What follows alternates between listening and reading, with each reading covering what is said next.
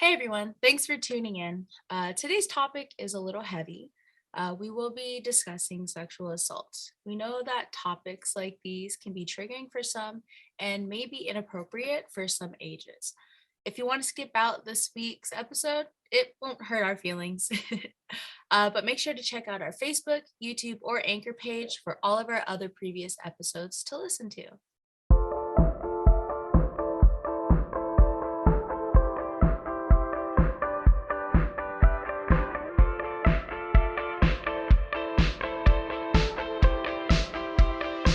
I'm Lamont, and I'm ready for today's important and courageous conversation. And I'm Leah. I hope that our episode today can help bring light to this topic.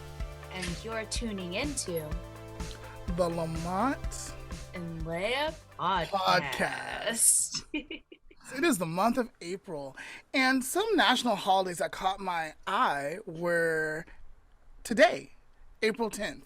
National Sibling Day and National Hug Your Dog Day. If you have siblings and you have a dog, why not give both of them a hug? If I have to. I don't know if I really want to. I'll hug my dog. I don't know about that. We'll see.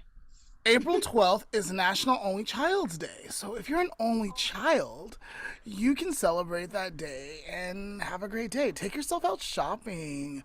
Get your hair done, your nails did. Patrick's an only child.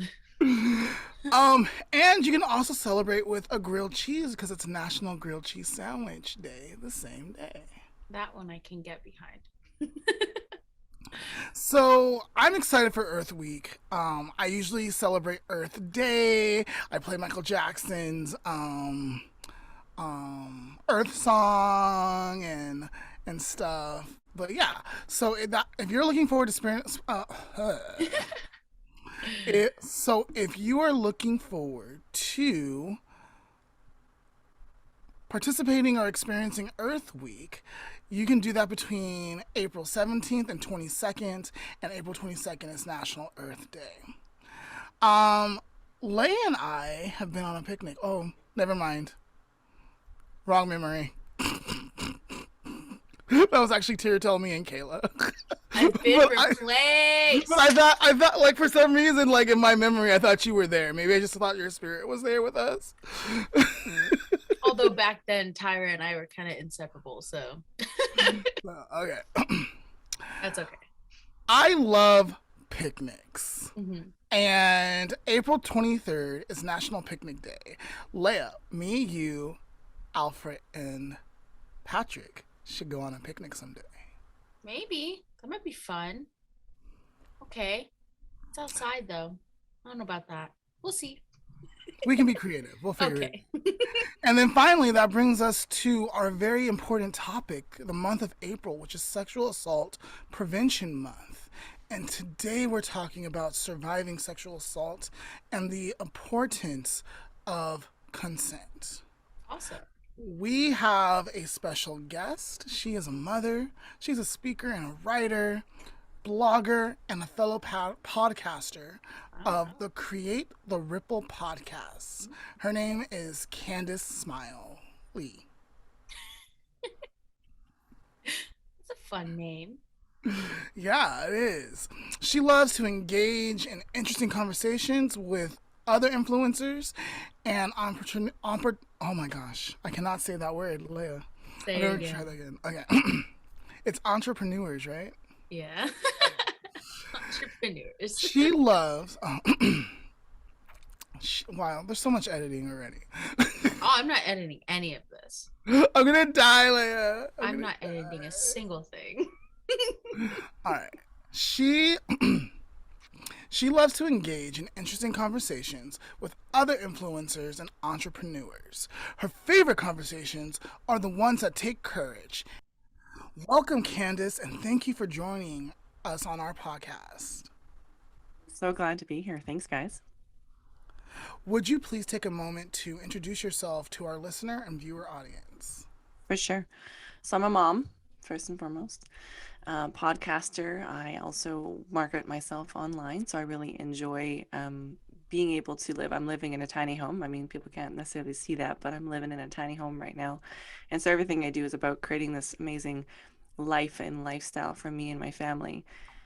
I've got an interesting story, which I'm sure we'll go into bits and pieces of today, but like points of trauma, both and some good things too. I mean, there's some significant moments. And so recently I've been coming to talk about those trauma points openly, honestly, so we can release some of the shame. I think a lot of people have stories that they don't talk about, and I want to talk about them so we can begin more dialogue around these things.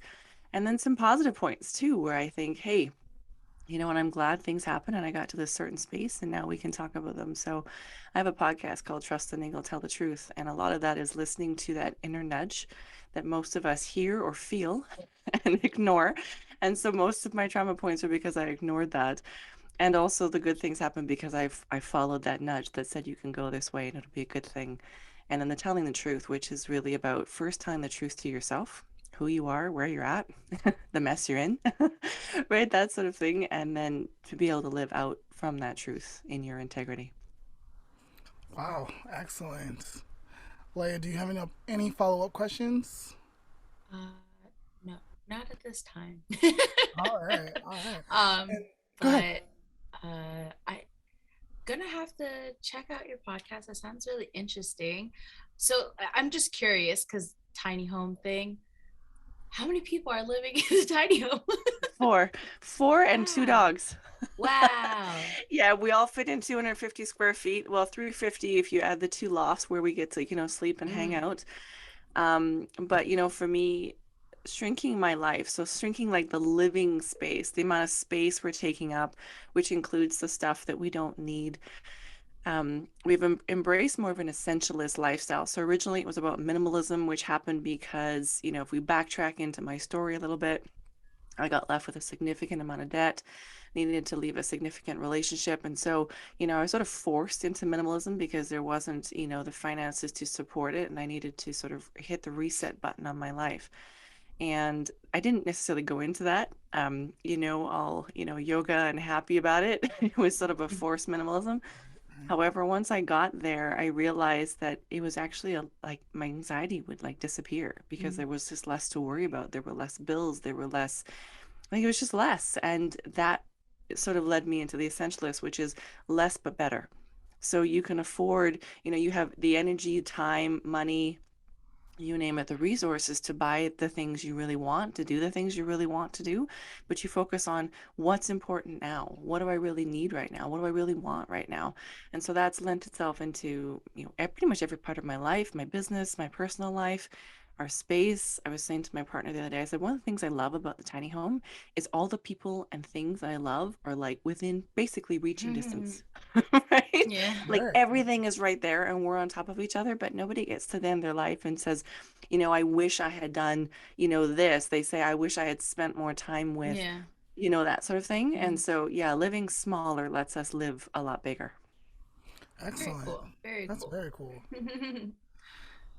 All right. So let's go ahead and jump into our main topic. So, once Hmm. again, we are talking about sexual assault, and we probably should talk about what sexual assault actually is. Hmm.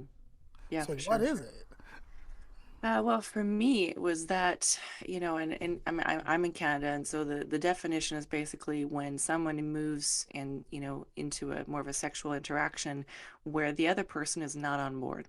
Right. So there's not consent, expressed or otherwise. And I think that's a really big deal. So the person Mm, feels like there was an assault on their person sexually. And that's what happened to me is I was in a relationship with someone. It was long distance. He was significantly older than me. He said all the right things. And so this was really my first experience with, um, gaslighting, manipulation, these things. I was 17, he was 24. I had no idea that these sorts of things existed. I'd grown up in a really amazing, safe, protected bubble. And I hadn't really been prepared for this. And I've talked a lot about this with a lot of parents. Like, how do you actually prepare your kids without exposing them unnecessarily, to an evil, but also sort of preparing them because I was entirely unprepared for this kind of insidious, subtle abuse. And I Mhm. talk a lot about that a lot, like subtle abuse where someone to use guilt language and that Mm. sort of thing, which I'm sure we'll dive into. But for me, the sexual assault was he showed up and he had expectations that because we were in a relationship, we would do these things because he had done these things and he had these needs. And even though I was uncomfortable, I didn't necessarily know how to say that, nor establish those boundaries, nor stand firm in those boundaries. I mean, the girl I am today would be like, there's the door and don't let it hit you on the way out, Right. kind of thing, right? But at 17, I didn't realize that I could say, this makes me really uncomfortable. And even if I did say that, he would come back with something else. And so for me, the sexual assault, and for anybody else listening, it's when you feel violated as a person sexually, regardless of whether that's, first base, second base, all the way, it doesn't really matter. That's an assault on your person. And that's what it is. Yeah, that I love the way you sum that up and told part of your story with that. That is so powerful. I don't think I can add anything. Well, I've thought a lot about it, right? Because I get a lot of questions like, are you looking for justice now? Like, what's the point in telling the story? And I'm like, I'm trying to not go into detail, but trying to like paint a big enough picture so that if there is another 17-year-old, 15-year-old, 16-year-old, 21-year-old listening, or another mom, there is an opportunity for them to recognize it and call it what it was. Because to be honest, until I did my healing, I did not call it a sexual assault. I Mm-hmm. did not do that. I would say, I was touched inappropriately. I kind of like, made it okay versus me finally coming to this point of a healing where I said, no, no, this is what happened. And whether or not he meant it that way, whether or not he was aware that that's what happened, that's not the point. The point is, I didn't have the words to say, I feel assaulted. Right? This Right. is what happened. And then I've done a lot of digging into what does that mean and what does that sound like? So it's not, for, attention factor. It's to really be honest that, hey, if you feel assaulted, this is an assault on your person. And you need to honor that and say, this is what happened to me. And it's really, really common. And this is what Yeah. surprises me. And it was actually something that got in the way of me talking about it when I was 17, as I would try to hint, like, well, I have this friend, and her boyfriend keeps doing this and she's a little uncomfortable. How does she talk about that? And I wish that somebody in my world had recognized that I was that friend, right? And so Yeah. I talk a lot about that too, that if you are, talking with somebody, nobody seemed to listen. And if they did, they said, oh, honey, that happens to everybody. If you're uncomfortable, just tell them you're not comfortable. Like it was sort of like it happens to everyone. I remember thinking, this happens to everybody. This is normal. And so it normalized the abuse to me. And again, Mm-hmm. I'm sure these women didn't mean it. They probably hadn't done their own healing work. They probably hadn't dealt with it. They just shoved it under the rug, as so many of us do. Regardless of the form of abuse, regardless of the gender, we do this thing, right? We've normalized these behaviors rather than someone who said, are you being abused? Are you uncomfortable? Can I help you with that? Rather than vilify the guy, but let's talk about that, right? Let's create these language. Like, what if someone had said, hey, if you're uncomfortable, tell him that. And if he's not willing to listen, then let's set up some conversations for you to talk about it. Should we talk to, like there was never these positive solutions shared. And so I endured it for this about 2.5 years before I finally basically cheated on to get out of it because I didn't know how to end the relationship. I would try and then he'd bring me back, right? The subtle abuse. He was getting what he needed, Mm-hmm. and he was like, well, other girls do it, so why wouldn't you do it? Like there's normalizing, and I'm air quoting here, there's normalizing language that just came from all different angles that it was like, no, just stay. This is how relationships are. And I was like, but it feels so awful. So is it Mm-hmm. just me? And then when you begin to question that, that's of course the gaslighting, right? And I do want to define that because I think people have become it's become normal to Right. gaslight and to be Right. Right. gaslit. And that's when you question whether or not it's actually happening and you question your own self, that is the moment that you need to like wake up and go WTF, because you should never question that. Never ever question whether or not what you feel is valid. Mm-hmm. Yeah, I think like a lot of people who I've heard their stories, they've said like similar things. Like they didn't even realize until much later. They're like, oh, that's what that was. Yes. Yeah. Oh, there's a word for that. Mm-hmm. Yeah. Yeah. Yeah. Lamont, do you think we can backtrack just a tiny bit? And Yeah. do you think you could Let us know a few forms of sexual assault in case someone's listening and they don't really know like what it could be, because I Yes. think we all know like the main ones, right? Yes. Yes. um, but are there any other ones that may not be as well known, or people might Yeah, not and realize? that's why I'm bringing up. Really glad you said that because I think, like you said, I didn't know what it was, right? And I Mhm. sort of swept it under the rug. Um, and again, I would say, in Canada, at least the sort of the definition is an assault on your person, right? Sexually. And that can be any number of things. So basically, when you feel violated, and I kind of want to lean back into that for people because it can be so broad and the definition, air quotes again, the definition can be changed. But I want to lean back in for that person. If you feel uncomfortable, then it's an assault and you need to honor that, right? Whether, even if that just means a conversation, right? Like, um, I'm uncomfortable with this.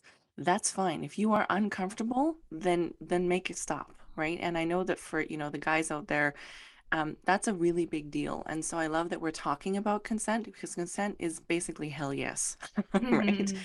And it needs to be talked about because I think for a lot of people, especially even for some of the men in my life, they'd be shocked. And I'd be like, yeah, but you didn't get my consent. There was no conversation. And are we teaching, young people how to talk about sex? Are we teaching young men how to get consent? Are we teaching, young girls how to say, I'm uncomfortable, here's my boundaries? We're not. And I mean, I certainly wasn't. It was just basically, don't do it. Well, don't do what? Right? Like we need to like pull the thing off and we have this silly idea that it should be uncomfortable. It needs to not be uncomfortable. Like grow up. We're not teenagers. We need to talk about sex and we need to talk about it really, really openly, Mhm. right? Like this is a thing. So I Yeah. think that's been a really big deal for me. So for me, it felt like an assault because before he came, I had never been kissed. I'd never held the boy's hand. I had been entirely focused on my school. That was a personal choice. I wanted to ignore boys basically and graduate with really great marks. That was my personal choice. Okay. So here I am at 17. I've never held a boy's hand. I've never been on a date. I've never done any of these things. And so, it was overwhelming for me to have my hand held, right? Emotionally. It was overwhelming when he tried to kiss me. It was exciting, sure, but it was Right. also like, am I okay with this? And Mhm. looking back at it now, I probably should have said, hey, this is entirely new for me. So we need to go slow, like Mhm. so slow. Like you should check in. Can I kiss you now? Do you feel comfortable with that? And it would have been lovely if I could have said, I'm not sure I'm comfortable with that yet, Mhm. you Yeah. Right. know? And I'm thinking about, for a fun reference, right? Hitch, right? You go 90, right? Like you got to kind of give that space. And so, within 8 hours of him landing, we had gone from him grabbing my hand in the back seat, which I was like, am I okay with this? I think so. But there was sort of like a lack of specialness because it was just, in the back seat, right? Like to, the first kiss to, him whipping it out of his pants. And I mean, there's lots of places in between there. But the reality is there were moments all the way through that where I was like, I'm uncomfortable and I want to stop. And so I really want to lean into that because there were violations of my privacy between there and there. They made it seem simple, right? He'd probably been to first base lots of time. That was inappropriate for me. That was an assault on my Yeah. character. Like it was an assault on my person, rather, right? So I'm putting that out there, ladies. If he reaches out and he touches you in an area that you think, well, this is no big deal, it's a big deal. And Mhm. if it's a big deal, then you need to stop because if you don't want it, then technically that's an assault. And I mean, that's a really big deal and maybe, wouldn't be fined or in court. We're not talking about that right now. We're talking about boundaries. Yeah. Right. And so know yourself, right? Know yourself so that it doesn't get all the way to the point where it would be a full on sexual assault, however you want to define that. Mhm. So, yeah, it could be honestly, I would have been comfortable being touched between my shoulder and my elbow. Like that was kind of it for me at that Mhm. point. And so to go from zero to all the way was a significant assault and mostly like in my mind and in who I felt like I was. And then I was like, did I want that? This was a lot. I hadn't had time to process the emotions. And again, I don't think we're setting ourselves up, and certainly with our kids, Like it's a big deal. And they say that, right? Well, when you have sex, it's a big deal and all this kind of it is. And I think we need to be driving home that point that it's okay to say, don't touch me there, even if Right. there is just, first base, right? Right. That's Or even okay. it's just like your arm, Yeah. right? I'm uncomfortable with that. Yeah. Yeah. Yeah. So, just to answer your question, Leah, a little bit more, some forms of sexual assault include fondling or Yes. unwanted sexual touching, Thank you. as Candice was telling, like what she was saying, forcing the person into sexual acts such as oral or penetration. So those are types of sexual assaults. Attempting to have sex and not getting a complete yes. As Candace, as you were telling your story, and I was thinking, like, man, like, as a guy, I grew up, I have certain ideas, certain things, like, I don't mean anything by them, but there's definitely places where I can improve in my life. And so one of the things that came up for me while you were telling all of this was a few incidents between me and my brothers. So we call ourselves the Jewel Brothers, and we kind of live together. Some of us live here, and then like some of us come and visit or whatever. But there's been times I would smack them on their butts, like because they're being stupid or whatever. And like one of them said, "Hey, like I don't like that. I'm not comfortable with it." And like me thinking it's no big deal, like I'm not trying to do anything like sexual or anything, but I was like, "Don't like, what do you mean? Like, don't." It's not a big deal. Don't worry about it. Like, chill. But then us like having that conversation because we do feel safe with each other. And it's like, he's like, no, I really don't like it. It makes me feel uncomfortable. I need you to honor that. I'm like, whoa, okay, so this is a serious thing. It's a I need serious to thing. focus in and thing. And I just stopped that behavior because why would I want any of the people that I love to feel unsafe around me? And so my next question is, why does sexual assault happen? Well, again, I think it's like what I alluded to before. We've normalized it, right? Because it's happened so often, or, it's hard. And kudos to you for acknowledging that and saying, I didn't mean it. And that's what I was saying. Like, I know a lot of people don't mean it. But anytime I would say that you are justifying a reaction, that's a point for you as the person to say, wow, maybe I am being a perpetrator right now. Maybe I am continuing this cycle because it's been normalized. And so I'm saying, like, I'm thinking, for example, when, we hadn't gone all the way, he and I, for example, right, penetration, and he'd whipped it out and he said, well, just touch it. Just touch it. Anytime you hear those words, there's a justification there, right? And there's a negotiation that's going on. Anytime you hear yourself say something like, well, let's just do this, you need to look at that because that's that person attempting to renegotiate a boundary that maybe you've said, I don't really want to do that. Well, let's just do this. No, no, no, no. That is a boundary cross. And so I want to flag someone who's sitting there listening. If someone's saying, well, let's just do this, let's just go out next weekend, let's just go for dinner, ladies, there's the justification, and you are now in a negotiation. And once you give that little bit, then he'll say, okay, well, you just did that. So, well, we just did that last night. Let's just do this tonight and see if you're still comfortable. No, no, no, no, no. There is no just, period. Okay. So I think a lot of that comes up is that we're not willing to talk about it. And then it gets sensationalized with stories like mine. And then we really don't want to talk about it rather than sitting down and saying, hey, when you hear words like, let's just do this, think about what that means and where are your boundaries and what are you willing to say? Are we giving young boys and girls opportunity to say, hey, I would like to do this with you. Are you comfortable with Right. this? Right. Right? So that he can say, I want to do this. And she has an opportunity to say, I'm not sure I'm comfortable with that. Can we talk about that, what that would mean? Can we embrace that? Can we start? And if I'm uncomfortable, can I say at any point in this conversation, any point in this interaction, can I say, can we slow down? Can we stop? And will you honor that?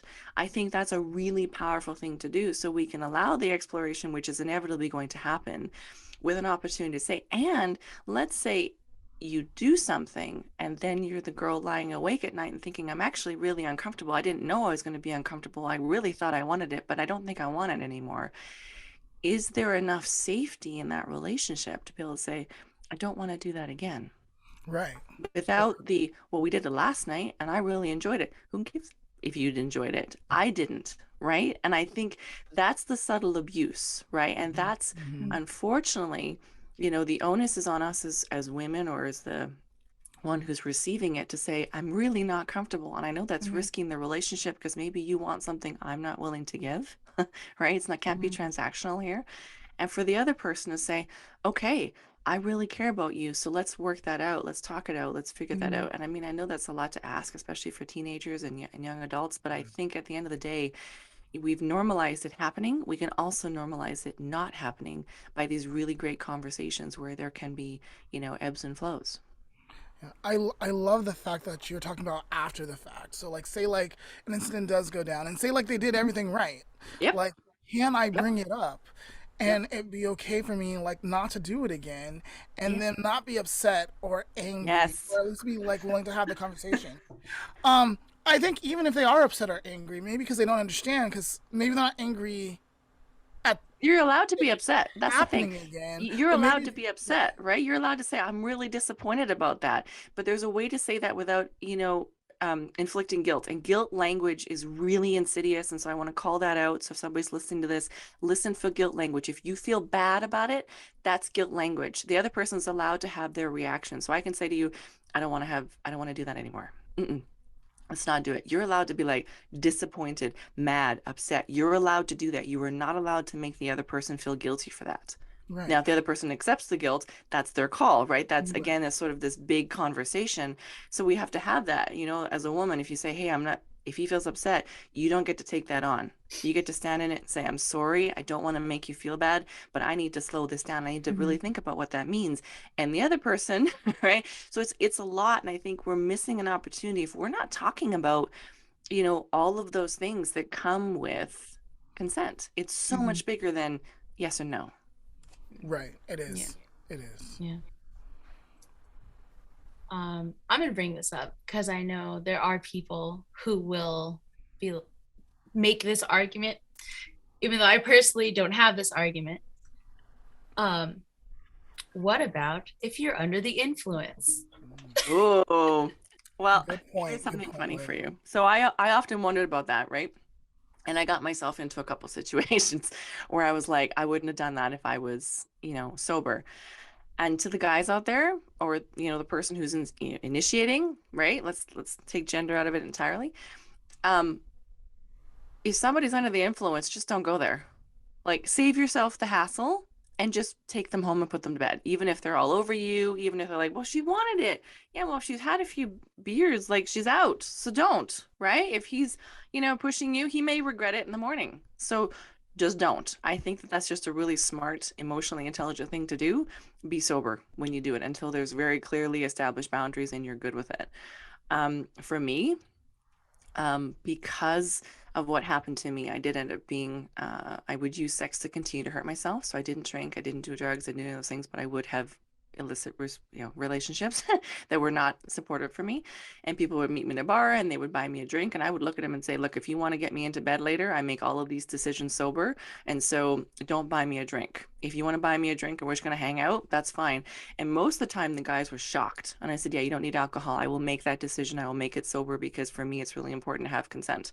And they were just like, wow, which, would usually kill the vibe. But if they were good with it, they would say, that's awesome. Do you want some water? Should we have a conversation? And so we would have very adult decisions around this. And so I would say that, like ladies, just be smart about it, right? Otherwise, honestly, if I see a woman who's over drinking, there's usually a trauma there that she hasn't dealt with, maybe sexual, maybe not. And so I think as guys or as people initiating, let's just call it that, you need to be honest about that, right? I think you need to be looking at people and saying, oh, that's probably not somebody I want to engage with. And if not tonight, then maybe later. So don't operate from a scarcity mindset, right? You really want to sleep with her and she's had too much to drink, take her home, be a gentleman. She'll still want you tomorrow. Like, if that's the reality. And if she doesn't, then maybe there's a bigger issue going on.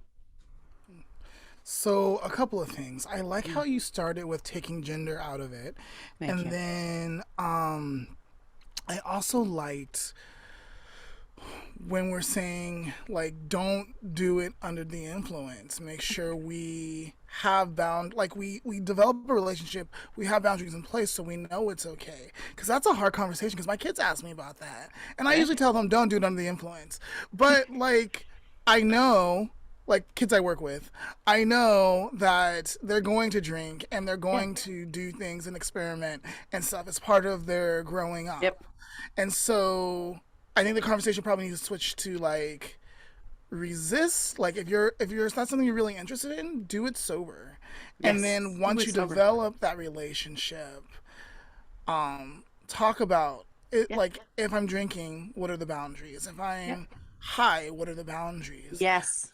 Yes. Um, And again, that normalizing the conversation after. So like, having these conversation, with both genders and saying, "Hey, if something happens, here's how you talk about it after. That happened, I was drunk, I don't want to do it again." But the reality is that some of these sexual interactions, they can have such a psychological effect that it really does need to be driven home. Like if this happens, she might carry it or he might carry it for the rest of their lives. So know that, right? And again, allowing for that experimentation, but going that one step further and saying, what are your boundaries and what are great boundaries to have? And I think as friends, I think about, the number of times that I wish somebody would have just taken me home and said, "Hey, girl, you're done. Bye-bye." Right? Give him your number. He can call you tomorrow. Right? Like, go home.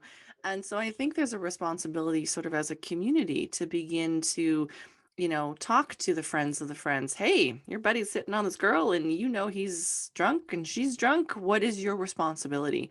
And so unfortunately, I think it really layers down, responsibility where kids really don't want to have any around this. But again, I think if we're yeah. having these amazing conversations, like someone's asked me, my daughter, she's 6.5, and she's got a mind of her own, let me tell you. And people are already asking, how are you going to have these conversations? And I said, well, I have this amazing book, Med Micro, which is all about like, different diseases and things that you can get. And I read when I was in nurses training.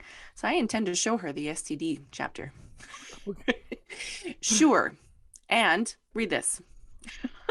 So think about that, right? And so I really want to empower her, because then, what is not forbidden will be handled differently. Sure, you can have sex. And here is the boundaries I'd like you to consider, right? Mom, I don't really care whether you think it's gross or not. We're going to have this conversation, Yeah. because, and then at least you'll go in knowing all of the things and you'll make better decisions, right? If you come home and say, "Mom, I think I need to talk about what happened last night," great. Let's talk about that, because then maybe that trauma won't turn into a deep, put away trauma like mine was, where it takes me 20 years to start talking about it, right? Maybe we can talk about it immediately and work on the healing. And so the healing happens faster. People ask me that all the time. Like, what would you go back and say to your 17-year-old self? And I'd be like, get out sooner. I don't know if I would want to trade what I learned from the negative, but I wouldn't want to stay for 2 years, 4 years, that sort of thing, and keep repeating the patterns. I wish I'd gotten the healing sooner, because then it would have been a single incident on the timeline rather than incident after incident after incident, because I kept on Mhm, repeating the same habit in one way or another. mhm. And that's trauma, and we're definitely going to talk about that in future episodes. So I am a big component of calling people out, right? But like Ooh, I don't want to like make the victim feel like they're the victim if that's not like they're not trying to be a victim, but also I want them to mhm, realize what they're doing. So mhm. it's okay to say like, "Hey, you're being a perpetrator right now," like to Yes. any gender, It right? is. 100%. Please. Women are just as bad. Women are, Right. they will do the subtle abuse to make the guy, and he'll hate it in the morning, and he can't even talk about it, because of course women were allowed, and we're allowed to be the victim, and this happened to me too movement. It goes both ways. Absolutely. And so Yes. yeah, you're allowed Yeah. to say, "Hey, you are out of line right now." Yeah. Okay.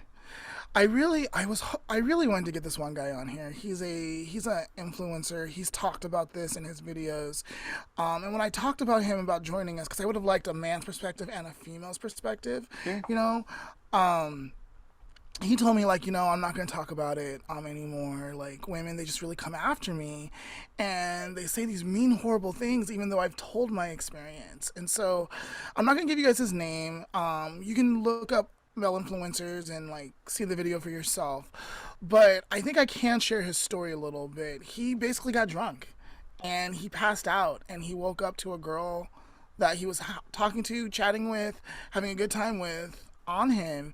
And like in his video he's talking like, whoa, like what's happening, I don't understand, like did I agree to this? But he's like, I'm the guy, so, and it's happening and it's working, so I have to, but did I really want to? And like, and so it turned into this like big huge thing for him.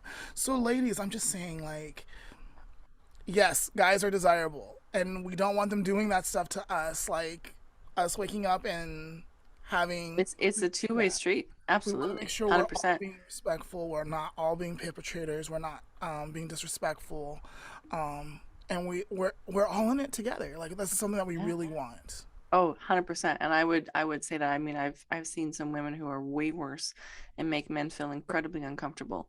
So I would say absolutely, just because I would say men, because I know oftentimes that's what happened for me. But at the same time, I also had women that hit on me who were just as, brutal. And I was like, no, I don't want to do that for whatever reason. Right. So I think it's a people problem at the end of the day.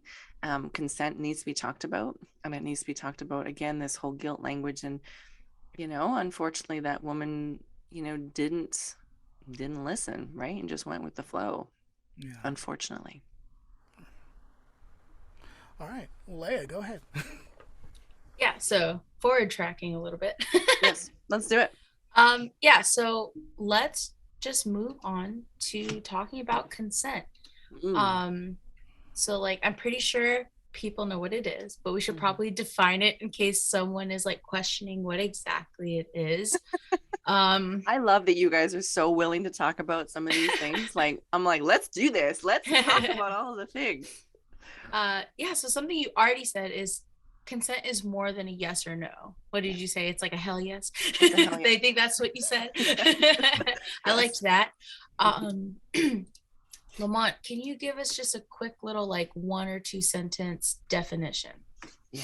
Yeah, I believe consent must be freely given and informed, and the person has the right to change their mind at any Yes. point. Oh my gosh. Repeat that part again, please. So, consent should be freely given, freely, and informed. Informed meaning we're talking about what feels good to me, what doesn't feel good to me, what I'm okay with, what I'm not okay with. And if at any point in time I'm feeling uncomfortable, I can say, hey, like, I want to stop, or I want to pause, or can we just Oh my cuddle? gosh. And it'd Yes. be okay. Oh, that's so good. This part about changing your mind, Mhm. so important. I know that so many times, especially as I was learning how to say what I wanted and what I didn't want, it's okay to get partway through and go, whoa, I don't want to go any further. I don't want to do this. I just want to do that. Let's pause it here. Again, there's that just again. Um, and the number of times that guilt language was added to that, well, now I'm going to have blue balls, or now, now this will happen, or now whatever. That is not honoring consent. And you're allowed to say, oh, dude, I wanted, and go, oh, fine, right? You are allowed. Like, that's the thing. The person who's putting up the boundary has to respect that the other person is going to have an emotion about that. And that is allowed. And you don't have to change your mind just because they're upset about it. You can hold space for them. You can do the thing and say, sorry, let's come back to this another time, or I'm just not comfortable. I'd like to go home, whatever it is, whoever it is. That's really, really, really important. And in movies, of course, we see that she's like, oh no, like, let's keep going. Like, say it's the guy, right? Who says, I don't want to do it anymore. That's also not okay, right? Ladies, it's not okay. Once somebody puts up a boundary and says, I'm a little uncomfortable, even I would say, especially this is why we do it sober, you sense a resistance. You've touched them in a way. There's a sense that they're just holding back. Wouldn't it be great if we could begin to raise a generation of people who could say, hey, I'm sensing some resistance. Where are you at? Hit the Right. pause button. Just hit the pause button. They'll respect you all the more. And they may do a fawning thing, which is a new term I've recently learned, which is where you try to bring the person back because you're trying to, so you pull back and say, hey, I'm getting some resistance here. Are you feeling okay? And they go, no, no, no, I'm okay. I'm okay. I'm okay. That is a fawning response where they don't want to lose you, where they're uncomfortable, but they're ignoring it. These are important things that we need to be talking about so that he can say, no, I'm really not sure you're comfortable. Or she can say, I'm really not sure that you're actually comfortable. And that's totally cool. Normalize, taking a different pace, normalize taking it slow. We don't need to live in the scarcity mindset where I got to do it right now or I'm going to lose it. No, that's not going to happen. Real relationships, real damn good relationships take time and they respect boundaries. In fact, they honor them. They're like, are you sure you want to go here tonight? Are you sure you feel okay with that? You still feeling good? Awesome. Let's keep moving forward. And so, like I was saying, to your question, Layla, like it's got to be a hell yes. Like absolute, body's into it. Everybody's into it. Everybody's sober. And that's just why I'm saying, for your for your kids, right? Like you were saying, just do it sober. Just make that a commitment to just do it Yeah. sober until those rules are established. And yeah, I think about even to the point of we've had this very transactional idea, right? We'll go out, we'll have dinner, then we'll Netflix and chill. What if you just want Netflix, right? What if you just want to hold hands? Yeah. I can think Yeah. about my own experience recently where I finally did the healing work. And I realized that I had little things like in my relationships, I would always start with, if I can say it, a blowjob. That's how I did it. It was just that was part of it. I give, then I receive. And one of my feminine coaches said, do you really want to? I'm like, sometimes, not all the time. Sometimes and she was like, have you ever said that? And I was like, no, like not even some of my really great relationships, because it had just been so, that's just what happened, right? I was raised to take care of my partner. I was raised to, and I like to nurture. So why wouldn't I? But I didn't realize that that was what was consent was for me. And so then entering into my really awesome relationship I'm in now, where I was saying, can I not start with this? And he was like, sure. Like, right. So for him, that wasn't a challenge. He was like, sure, I wouldn't mind. I said, yeah, I hear you. I get it. But I want to try not starting there. He's like, well, where do you want to start? And I was like, I don't know. Where could we start? And, Yeah. Sure, it was funny. We laughed, but we have a great chemistry because we're willing to talk about that. And Mhm. sometimes it's okay to wake up and think, oh, I've been triggered by something. This doesn't feel great. I don't know why it doesn't feel great. And so I think, again, we need to go back to the whole point about, can we talk about it? Let's normalize talking about it rather than it being this Yeah. thing we, Twitter about and titter about. Talk about it, right? Mhm. I like that. Let's normalize talking about it. It's Mhm. okay to Yeah, slow down and talk. it's okay. It's okay to communicate. It's okay to listen and be heard and validated. Mhm. Right? And I mean, what if we raised people who went into relationships like that and said, hey, you can talk about anything here.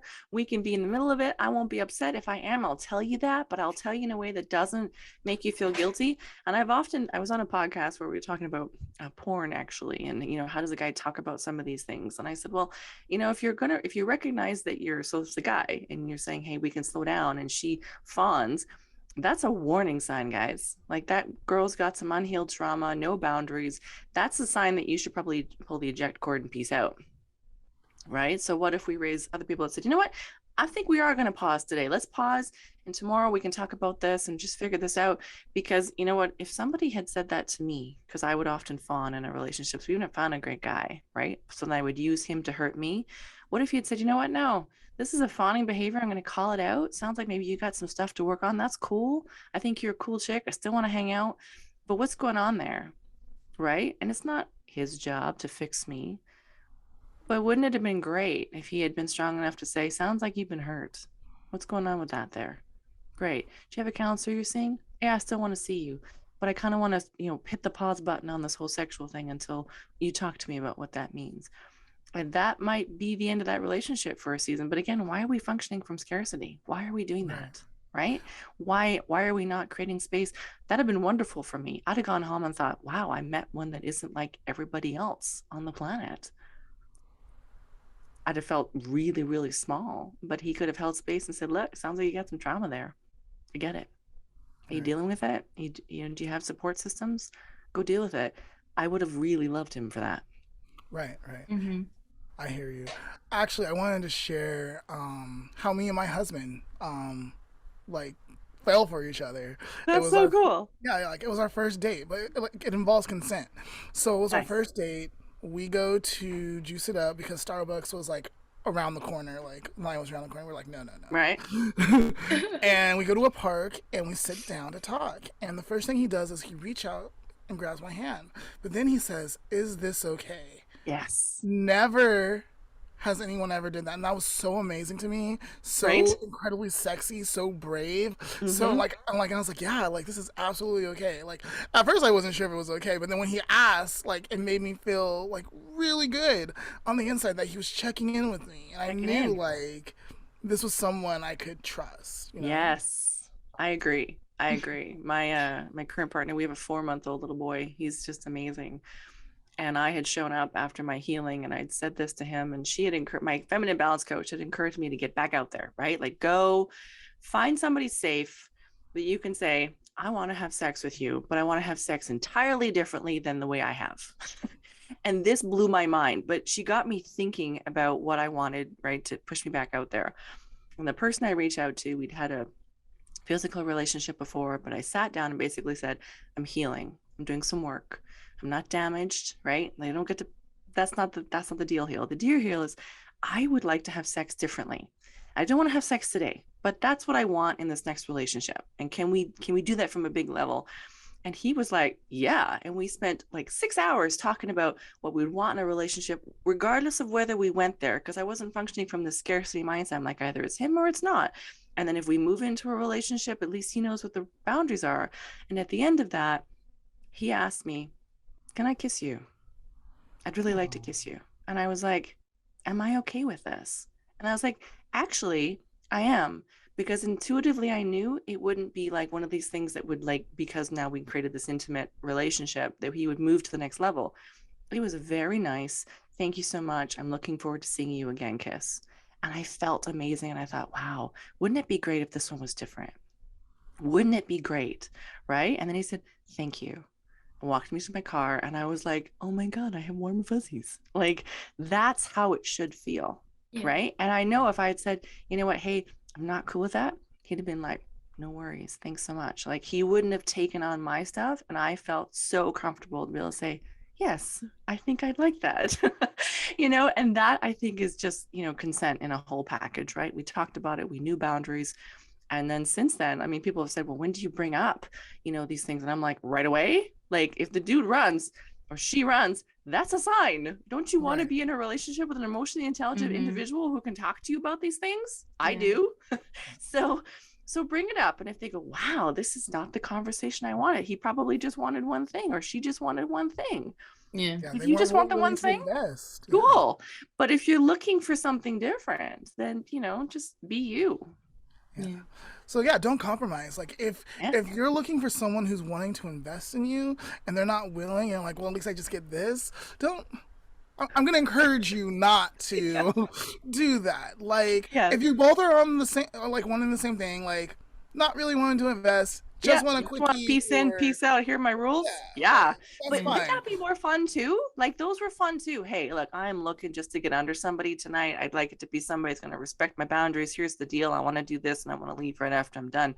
You'll run into people who are like, yeah, that's where I'm at. That's cool. Yeah. Again, why wouldn't you want to be, intimate with someone who has that emotional intelligence? Like, It's definitely a different way of going about things. Mhm. There is something really nice about being asked, though. yeah.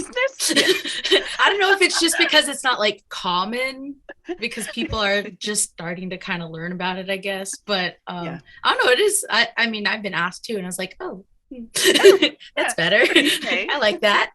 Yes. I've also been asked by people where we were having a conversation, and like, I really want to kiss you right now. And I was like, I don't actually know if I'm comfortable with that, and it's hard to say because, you're putting yourself out there, right? Or, as the girl, you can kiss me if you want to. And they say, I don't know if I want to. That's okay too, right? Mhm. Like, be willing to be in the uncomfortable and awkward. Like, it doesn't have to be awkward, but if it is awkward, let it be awkward. Like, who cares? So it's what it's awkward. Mhm. Right? Yeah. Exactly. I remember having a conversation with Leah, and I was like, honestly, like if a person wants to kiss me, I kind of want them to do it.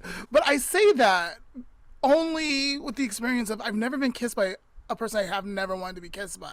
That's So true. what if someone did not, like someone kissed me and I didn't want them to kiss me? Like, what would happen, Well, I can tell you. So it's like I want that consent, but I don't want that consent. So I was like, no, let's just make up my mind. I Like think consent there's a is always way, gonna happen. Yeah. like you want the intent, and I understand that, right? Because I love being pursued, and I think we all love being pursued. There's a way to do it without, sort of like hanging back, like, can I kiss you? Like, no, like it's okay to be like, can I kiss you? Like, be there so that you're like, yeah, like you don't necessarily have to say yes physically. There's a lot of different ways to say hell yes consent, I think. Yeah. Yeah. But I mean, I'm thinking about my husband and I, so my first husband and I used to do a lot of, we would love the festivals and we'd love that. And one of the things we would do, we'd do harm reduction. I think a lot of it because of where I came from with my story, right? So we'd pass out water and condoms and all this kind of stuff. And I would go up to women and I'm like, you are not here right now, right? And saying, here's a condom. And remember, consent is sexy. And I would, say that all the time, right? Because I'm thinking this is important and you're probably going to do this anyway. And you may regret it in the morning, but it's my job to show up and say, you're doing this thing, sister. Here's your condom. Here's some water. And remember, consent is sexy. You can still go home to your own tent tonight. And I think that's important because, when they call it harm reduction, right? So let's get out there. I'm all about, doing you and doing other people. That's what you want to do. But again, I think we need to make consent sexy. I think we need to just change the mindset around, are you cool with this? Can we go all the way? Right? Right. Yeah. I agree. I think that's like a perfect natural like break in our conversation. So let's actually take a break. And then we'll come back. We'll wrap up and we're also going to be sharing some resources if people need to reach out or feel like they need help or something. So let's take a break and we'll be right back.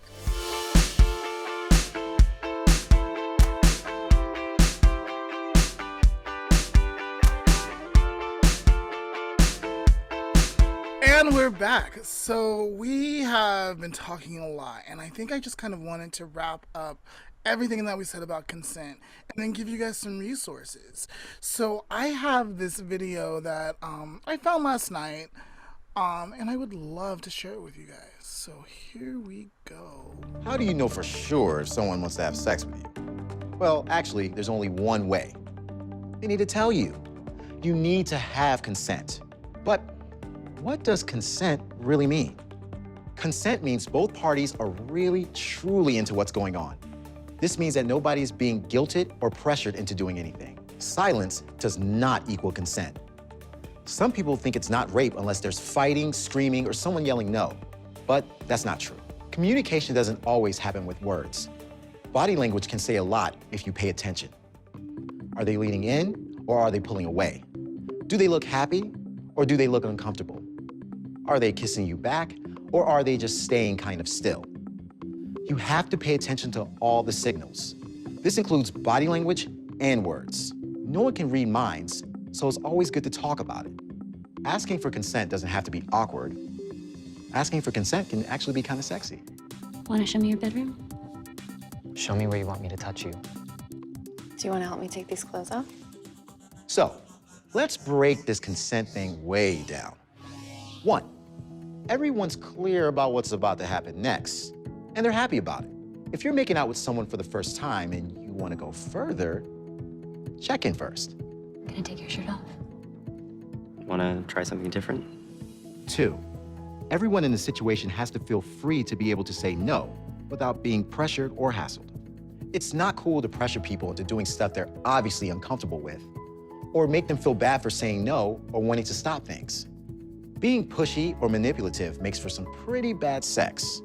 And obviously, if a person is drunk, high, passed out, or asleep, it's not okay to do sexual stuff with them. They can't consent when wasted or unconscious.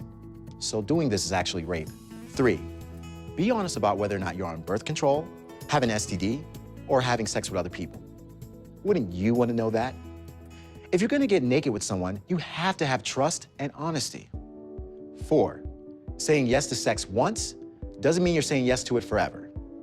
It may be tough to pause in the middle of some super sweet action, but your partner has the right to stop at any time.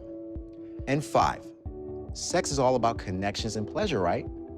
If everyone feels respected, sex will be much better. for both of you. We all deserve a safe, pleasurable, and awesome sex life.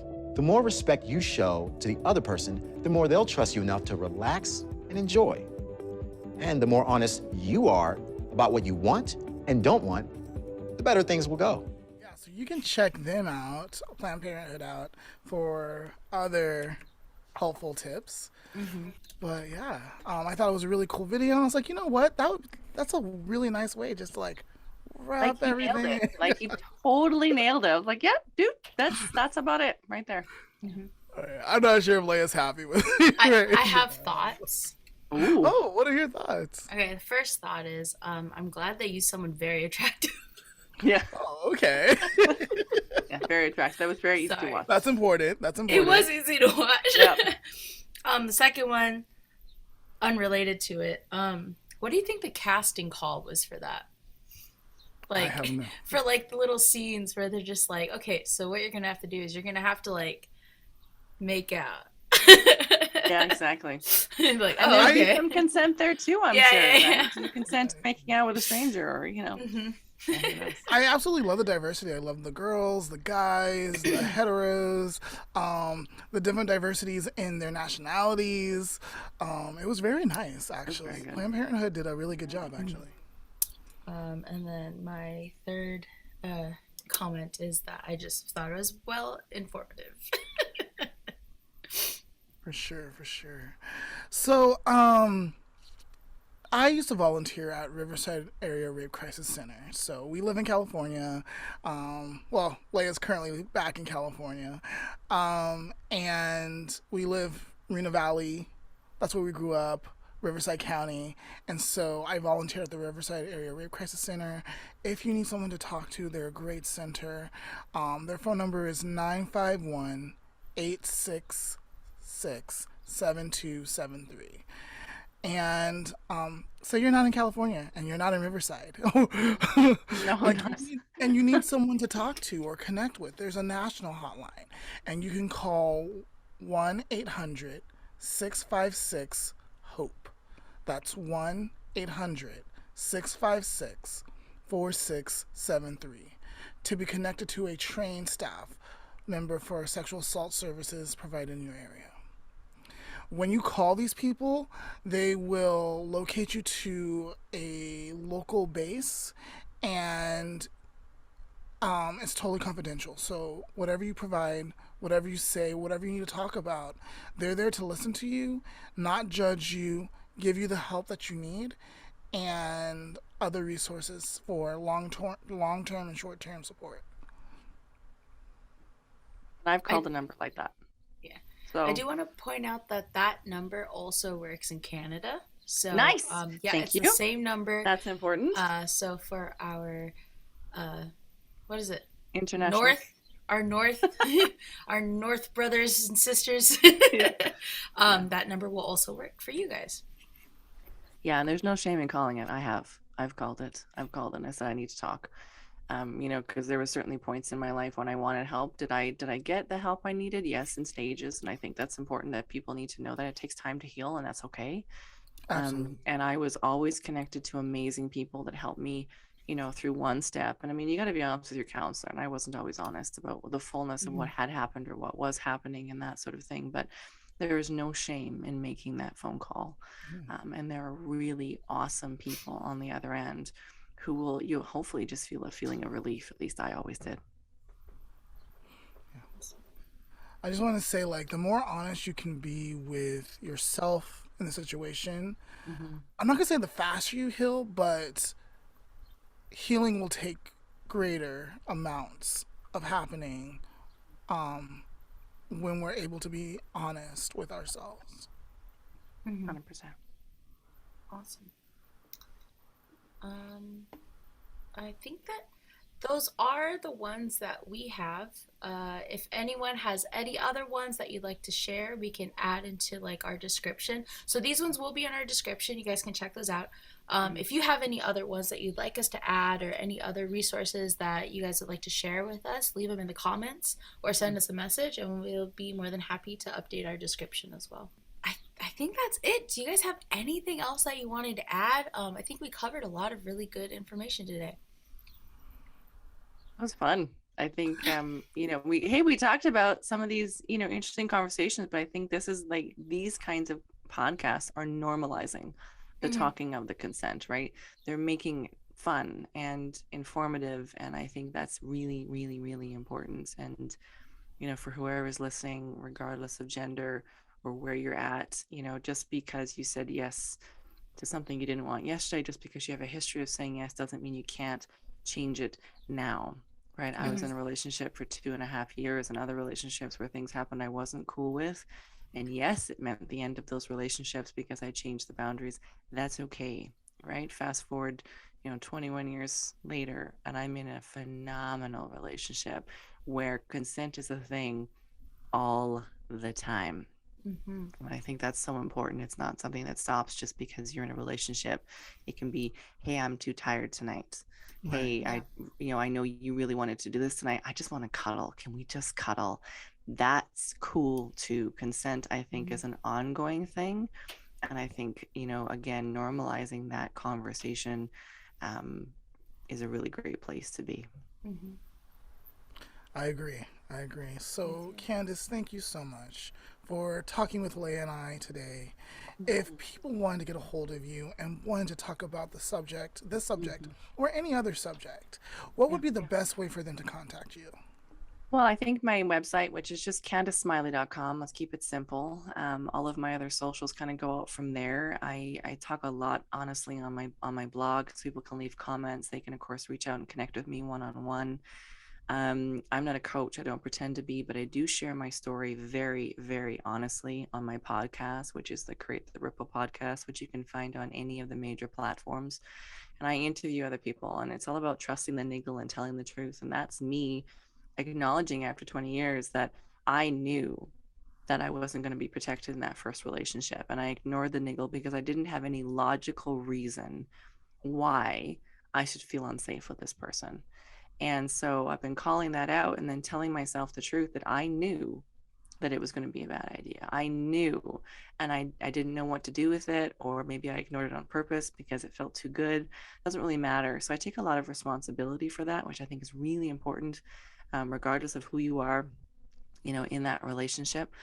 Because what happened to you may not have been in your control for whatever reason, but your healing definitely is, right? It's not my job to make anybody feel bad for what happened. It's my job to take responsibility and really own that. And so I talk a lot about that. But people can find me there, or they can find me on my website, and then all my socials are listed there and you can follow along. Awesome. Thank you. And of course, as always, all those links will be in our show description. So make sure you go check those out, get in contact. Candice, is there anything that you're working on that you kind of want to share or like something you want to brag about? Can be about anything.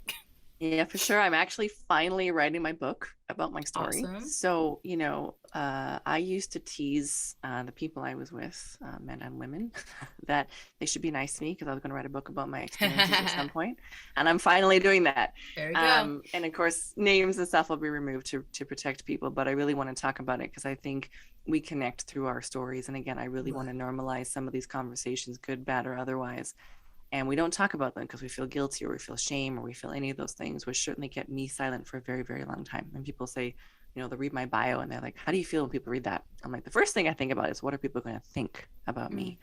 And the reality was, as my healing, as most healing journeys, it's never straightforward.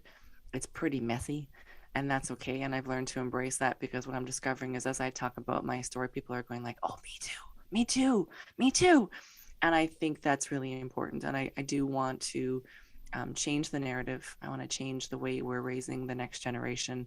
I want to create safe spaces for people to talk about it, um, regardless of where you are and the consent, whether you were the one asking or whether you were the one giving. It doesn't really matter. I think, maybe someone hears this and they wake up and go, wow, I am a perpetrator. I didn't realize it. I didn't mean to be. I use guilt language. I've used the word just to get what I need.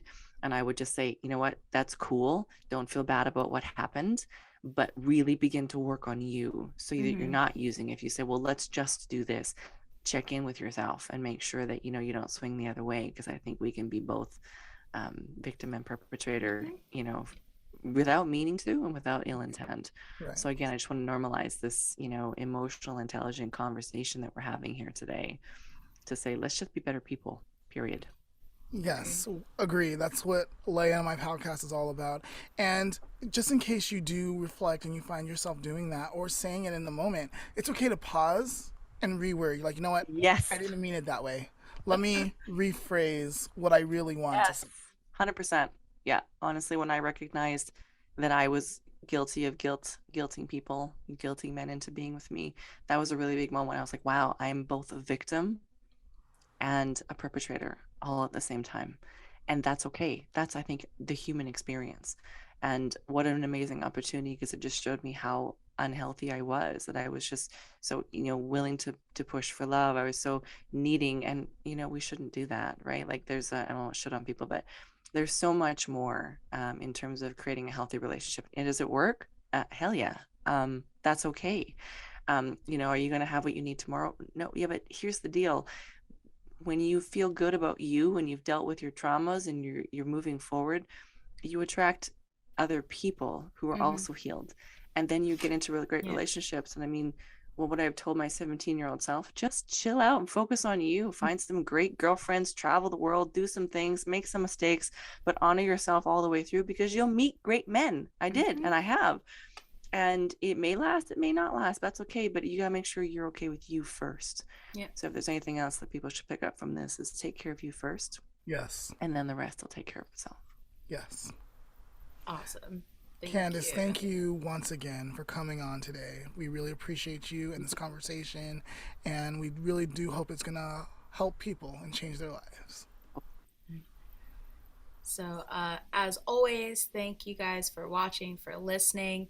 If you feel like supporting the podcast, there's a link in our show description that you can help Lamont and I make more content where we talk about these types of conversations and hopefully help change the world. So, yep. Thank you again.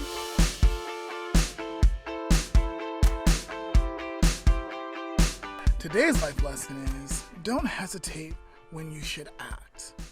There is an old Romans proverb that people often quote, carpe diem, meaning seize the day.